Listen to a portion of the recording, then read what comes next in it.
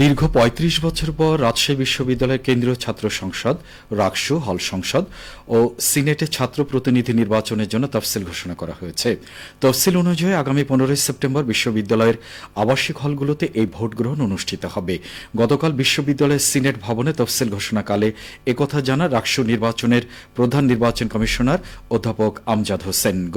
ঘোষিত তফসিল অনুযায়ী 31 জুলাই নির্বাচনী আচরণবিধি প্রকাশ, 6 আগস্ট খসড়া ভোটার তালিকা প্রকাশ, 7, 8 ও 12 আগস্ট ভোটার তালিকায় আপত্তি গ্রহণ নিষ্পত্তি হবে, 14 আগস্ট চূড়ান্ত ভোটার তালিকা প্রকাশ করা হবে, 17 থেকে 19 আগস্ট মনোনয়নপত্র বিতরণ করা হবে, 21, 24 ও 25 আগস্ট মনোনয়নপত্র দাখিল, 27 ও 28 আগস্ট মনোনয়নপত্র বাছাই করা হবে, 31 আগস্ট প্রার্থীদের প্রাথমিক তালিকা প্রকাশ করা হবে, 2 সেপ্টেম্বর মনোনয়নপত্র প্রত্যাহার ও 4 সেপ্টেম্বর প্রার্থীদের চূড়ান্ত তালিকা প্রকাশ করা হবে। এরপর 15 সেপ্টেম্বর সোমবার সকাল 9টা থেকে বিকেল 4টা পর্যন্ত প্রত্যেক আবাসিক হলে ভোট গ্রহণ অনুষ্ঠিত হবে।